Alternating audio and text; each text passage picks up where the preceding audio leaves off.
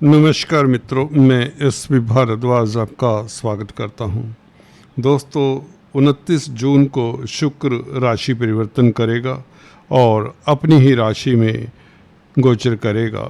मकर राशि, मकर लग्न के लिए किस तरह का यह फल देने वाला है, जैसा कि आप देख ही रहे हैं, पंचम भाव में शुक्र का अब गोचर होगा।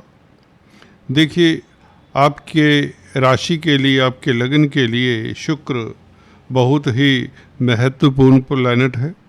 इसे योग कारक कहते हैं क्योंकि केंद्र और त्रिकोण का मालिक है। पंचम भाव त्रिकोण भाव है। पहला भाव, पंचम भाव और नवम भाव, इन्हें लक्ष्मी स्थान भी कहते हैं। केंद्रों को नारायण स्थान कहते हैं और यहाँ पर बैठा हुआ कोई भी शुभ ग्रह अच्छा फल देता है। शुक्र तो अपनी ही राशि में अब रहेंगे। अभी तक यह मंगल की राशि मेष राशि में गोचर कर रहे थे और 29 तारीख से यह स्वराशि में, अपनी राशि में गोचर करेंगे। आपको याद दिला दूं, मंगल शुक्र के मित्र नहीं होते तो शत्रु क्षेत्रीय शुक्र कहीं ना कहीं अनकंफर्टेबल थे।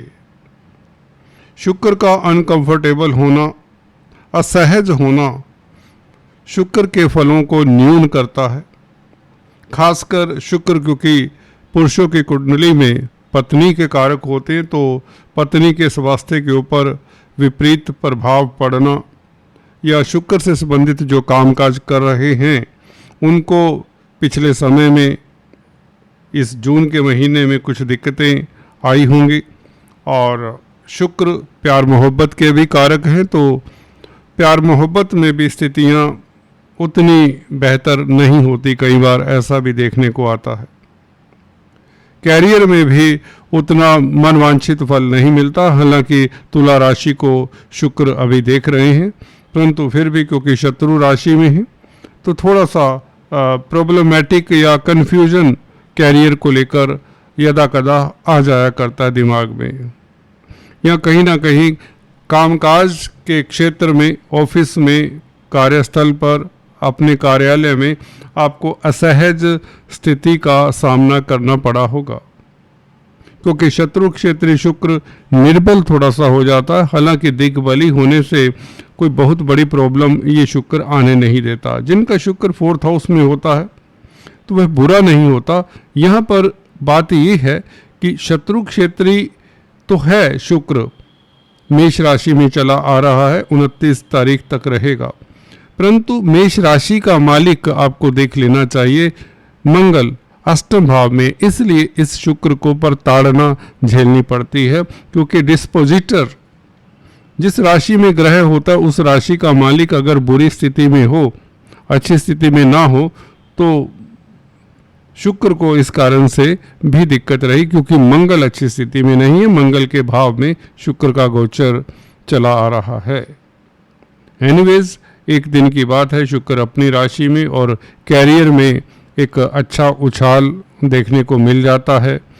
और पंचम भाव में है, शुक्र अपने ही भाव में है जो कि विद्या, बुद्धि, संतान का भाव है, रोमांस का भाव है, क्रिएटिविटी का भाव है, हायर एजुकेशन, कॉम्पिटिटिव एग्जाम्स का भाव कहीं तो बेहतर है। आपकी हॉबीज़ का भाव भी यही है, तो संतान का सुख मिलता है, संतान की तरक्की होती है, संतान की ओर से आपको कोई शुभ समाचार मिलता है अगर आप पेरेंट्स हैं। शुक्र पंचम भाव में बैठकर आपके लव रोमांस में भी आपको सफलता देता है। अगर आप छात्र हैं तो हायर एजुकेशन में निश्चित तौर से आपको सफलता मिलती है, कॉम्पिटिटिव एग्जाम्स में आप सफल होते हैं। शुक्र प्यार मोहब्बत के कारक हैं, तो निश्चित तौर से इस अवधि में प्यार मोहब्बत के लिए स्थितियां बेहतर होंगी। आपका दाम्पत्य जीवन सुखद रहेगा।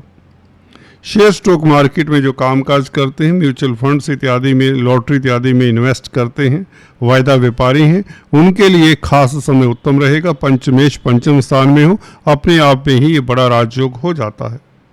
लग्नेश का शनि का भी संबंध है, शनि की तृतीय दृष्टि है, तो ये निश्चित करता है शनि का संबंध शुक्र के साथ हो, लग्नेश पंचमेश का संबंध हो तो निश्चित तौर से कम्युनिकेशन से भी आपको लाभ होता है, कम्युनिकेशन के क्षेत्र से लाभ होता है, कंपटीशन स्पर्धाओं में आप उत्तीर्ण होते हैं।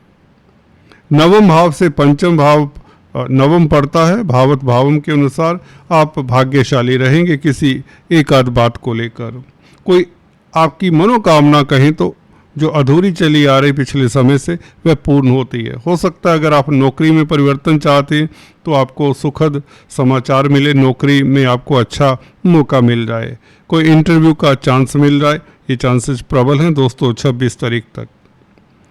और अगर आप व्यापार करते हैं तो व्यापार में भी आपके लिए स्थितियां बहुत बेहतर रहेंगी। कैरियर, रोजगार जो कहीं ना कहीं हिकअप्स दे रहा था, जिसमें अवरोध थे, वह दूर होते हैं। और खासकर व्यापार में स्थितियां बेहतर होंगी क्योंकि बुध भाग्य स्थान का मालिक केंद्रस्थ है, व्यापार के भाव में, व्यापार का कारक है। हालांकि बुध कर्क राशि में, फिर भी केंद्र में बैठा हुआ ग्रह इतना बुरा तो नहीं होता। तो व्यापार के लिए स्थितियां भी बेहतर होंगी, सुविधाजनक होंगी। और अगर आप कॉस्मेटिक्स, रेडीमेड गारमेंट्स या शुक्र से संबंधित कहें तो कोई कार्य करते हैं, लग्जरी आइटम्स में डील करते हैं, बैंक्वेट हॉल्स चलाते हैं, तो आने वाला ये समय 26 तारीख तक बहुत बेहतर रहने वाला। दाम्पत्य जीवन आपका मिठास भरा रहेगा। अगर आप गर्भवती महिलाएं हैं तो आपके लिए भी समय उत्तम रहेगा। पंचम भाव क्योंकि संतान का भाव है, तो इस अवधि में आपको कोई ना कोई शुभ समाचार मिल सकता है। संतान को लेकर अच्छा समय है। शुक्र का पंचम भाव में बैठकर 11वें भाव को देखना, लाभ स्थान को देखना, इच्छाओं के भाव को देखना, आपकी कोई इच्छा पूर्ण होती है, लाभ होता है, इनकम का साधन बढ़ेगा। शेयर स्टॉक मार्केट से, स्पेकुलेशन से, लॉटरी से जबरदस्त लाभ होने के योग बनते हैं।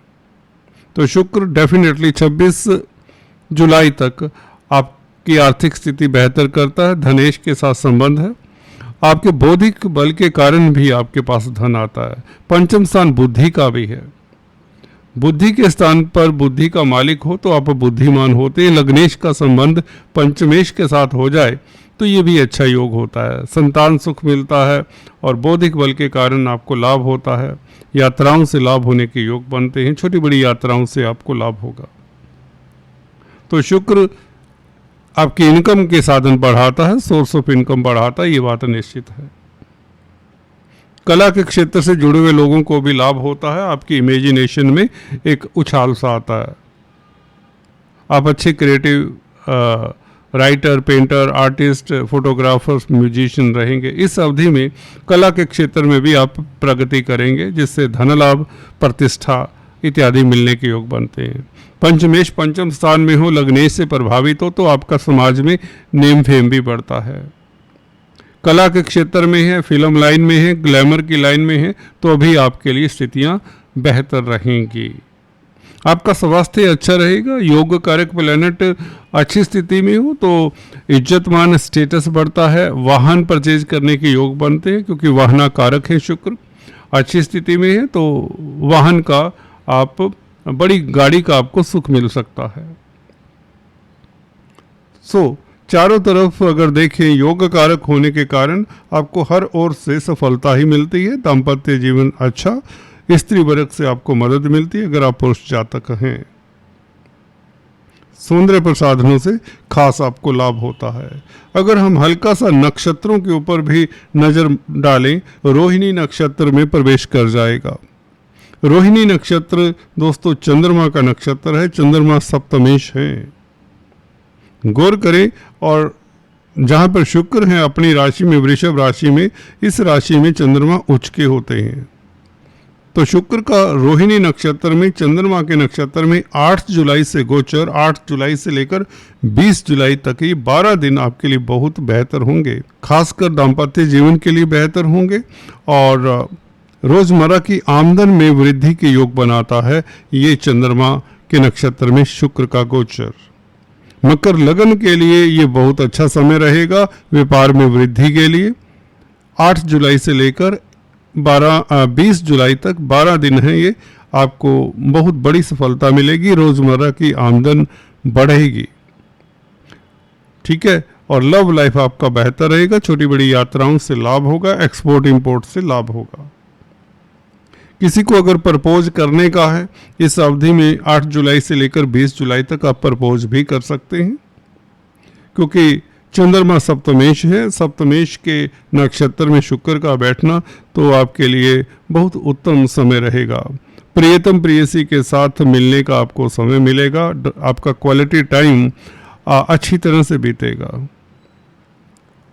और मृगशिरा नक्षत्र में 20 जुलाई से मंगल के नक्षत्र में, मंगल हालांकि 28 जुलाई को राशि परिवर्तन करके भाग्यस्थान में आएंगे, तो फिलहाल अगर देखें 20 जुलाई से लेकर 28 जुलाई तक आपको जमीन जायदाद संबंधित कामकाज अगर आप करते हैं तो उसमें या परचेज करने की सोच रहे हैं, इन 8 दिनों में कोई कॉन्ट्रैक्ट साइन ना करें।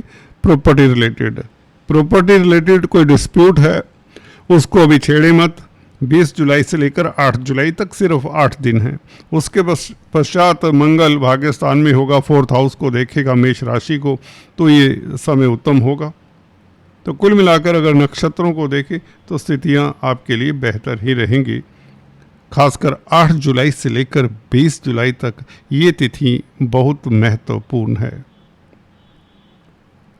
आज इतना ही दोस्तों, फिर से मिलेंगे, तब तक के लिए stay tuned. Thanks for watching this video. God bless you all.